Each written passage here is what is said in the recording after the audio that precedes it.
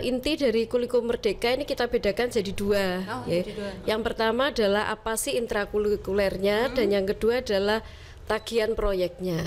Di kurikulum Merdeka ini di kelas 10 kita tidak ada peminatan. Dan kita dapat semua mapel itu dari geografi, sosiologi, fisika, kimia, kita belajar itu semua.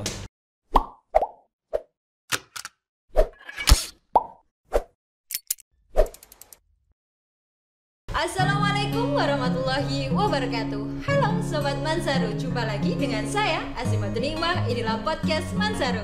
Terus belajar, ceraskan diri, raih prestasi yang cemerlang.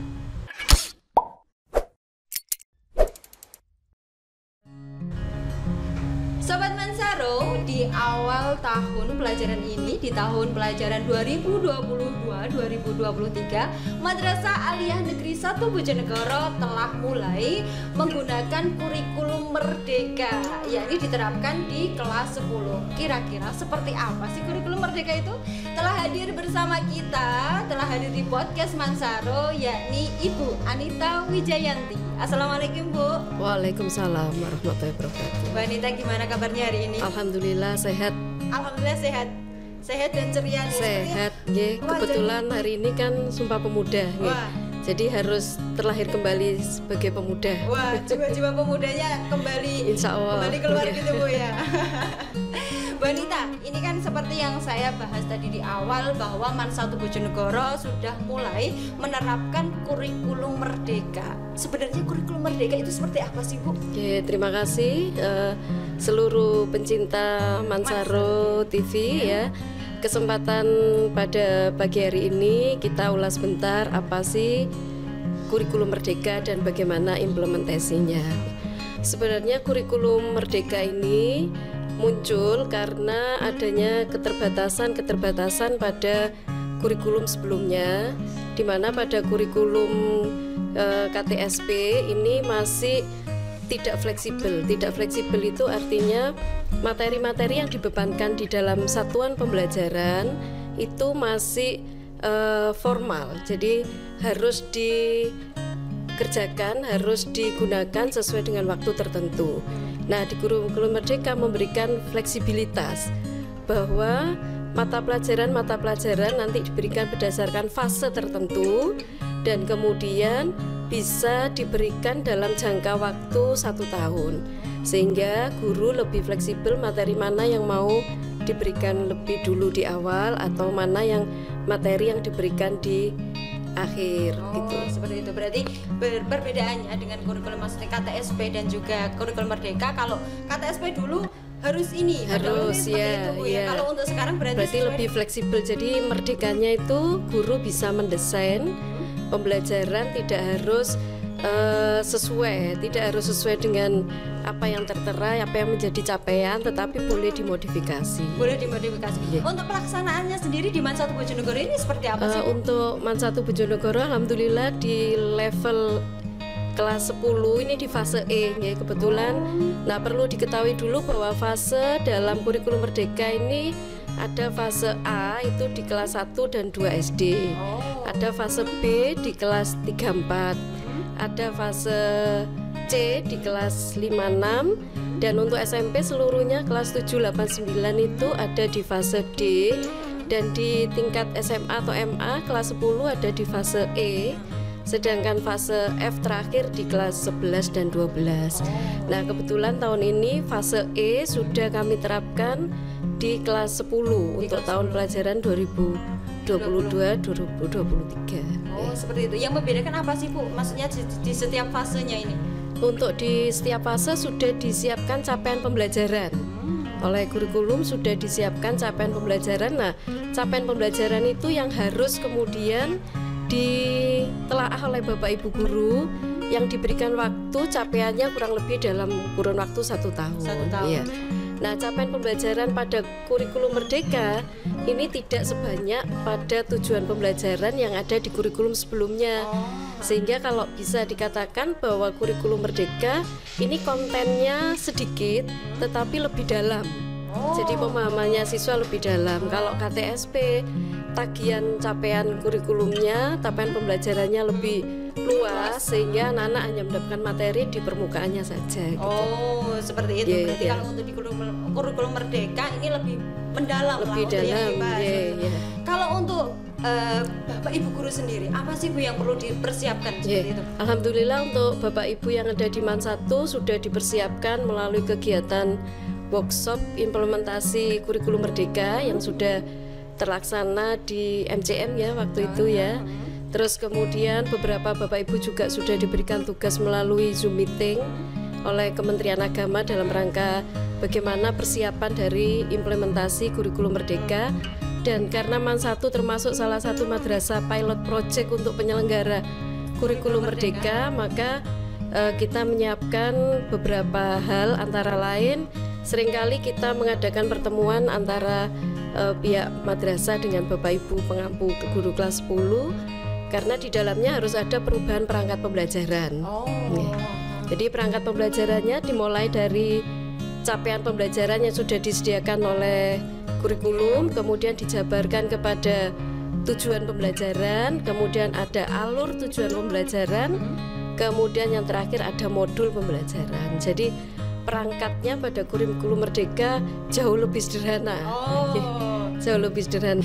Kalau nggak salah nih Bu, saya juga sering dengar kalau di kurikulum Merdeka ini harus ada proyek dan sebagainya. Ini seperti apa sih Bu maksudnya? Betul. Jadi inti dari kurikulum Merdeka ini kita bedakan jadi dua.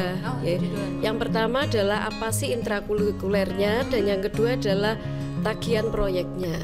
Nah, untuk intrakurikuler itu termasuk tadi perangkat-perangkat pembelajarannya yang sudah saya ceritakan di depan. Kemudian bentuk penilaiannya tidak lagi penilaian autentik seperti yang sebelumnya, tetapi kita berubah menjadi assessment. Jadi assessmentnya kita bedakan menjadi diagnostic assessment. Itu untuk mendiagnosa apakah anak ini sudah mencapai di titik mana tingkat ketercapaiannya. Yang kedua ada assessment formatif yang ditujukan untuk melihat apakah tujuan pembelajaran itu sudah tercapai. Dan yang terakhir adalah assessment sumatif untuk melihat capaian pembelajaran yang tertulis di kurikulum apakah sudah terserap oleh peserta didik. Nah, yang paling membedakan itu adalah pelaksanaan proyeknya itu didasarkan pada P5. Kalau pada Kemenak ditambahi dengan P5-2RA. Jadi profil pelajar Pancasila dan rahmatan lil alamin. Rahmatan lil alamin. Kalau di MAN 1 sendiri apakah sudah dipraktekkan Bu? Alhamdulillah sudah. Jadi proyek yang kita desain di kelas 10 ini kita ambil ada beberapa tema. Ada tema bangunlah jiwa dan raganya itu ya. Kemudian ada tema kewirausahaan, ada tema kearifan lokal, ada tema suara demokrasi, dan ada tema hidup berkelanjutan. Tema-tema ini memang sudah disiapkan di dalam kurikulum dalam rangka kita bisa menggali seluruh aspek kecerdasan pada siswa tersebut, bahwa dalam proyek ini siswa diharapkan yang pertama bersyukur terhadap ciptaan Tuhan yang Maha Esa itu ya.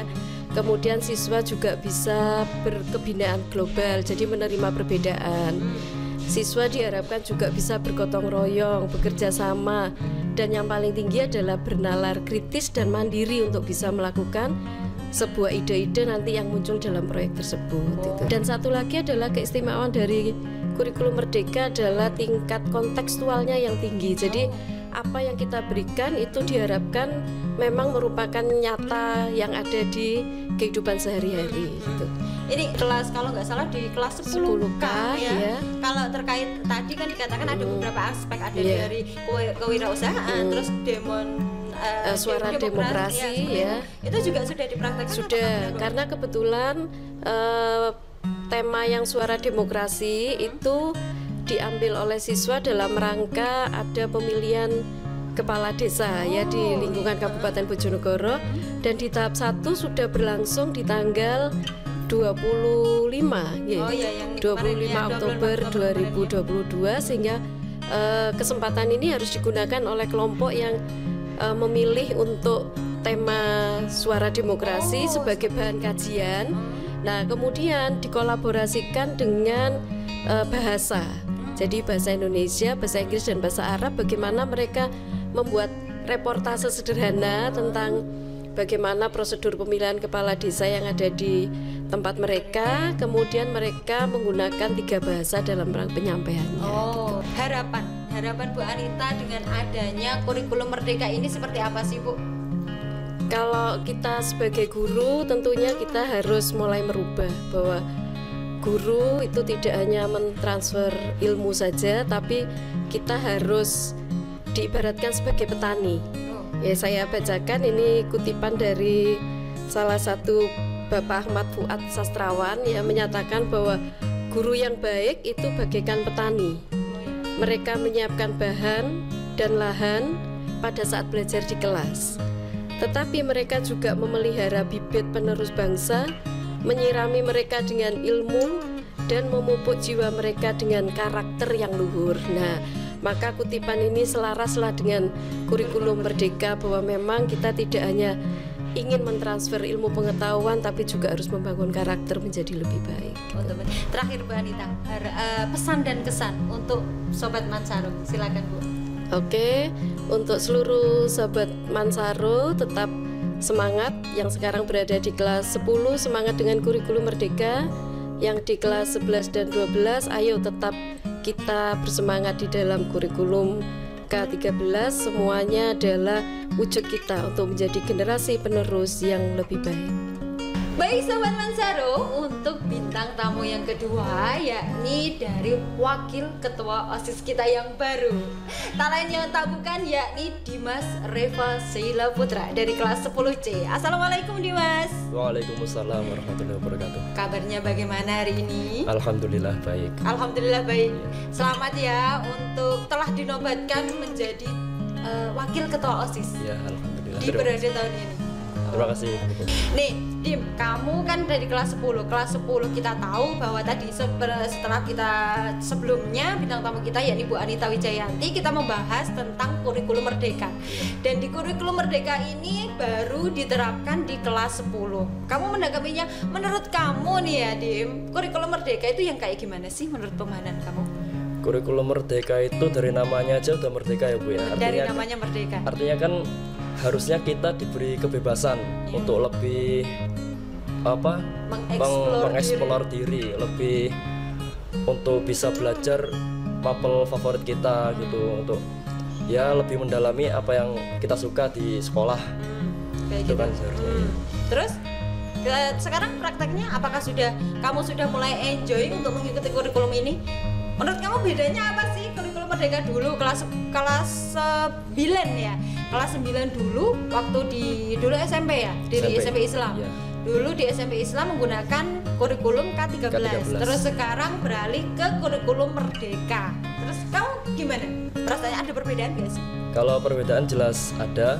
Dari saya SMP dulu sama di madrasah ini banyak pelajaran yang masih bisa dibilang sama. Masih dibilang sama. Jadi saya nggak begitu kaget untuk pelajaran-pelajaran ini kayak akidah, fikih, bahasa Arab itu saya di SMP juga dapat.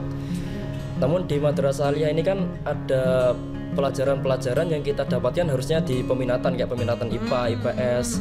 Di IPS kan kita dapat sosiologi, geografi gitu-gitu kan. Tapi di kurikulum merdeka ini di kelas 10 kita tidak ada peminatan. Dan kita dapat semua mapel itu, dari geografi, sosiologi, fisika, kimia, kita belajar itu semua. Berhubung kan sekarang kita intinya masih berbau-bau Hari Sumpah Pemuda nih. Saya pengen tahu dong Dim, kamu ada nggak sih salah satu mungkin sebagai pemuda, pandangan kamu, pemuda sekarang, pemuda milenial, untuk menghadapi zaman sekarang itu harus bagaimana sih menurut kamu Dim? Pemuda itu harus berani Bu.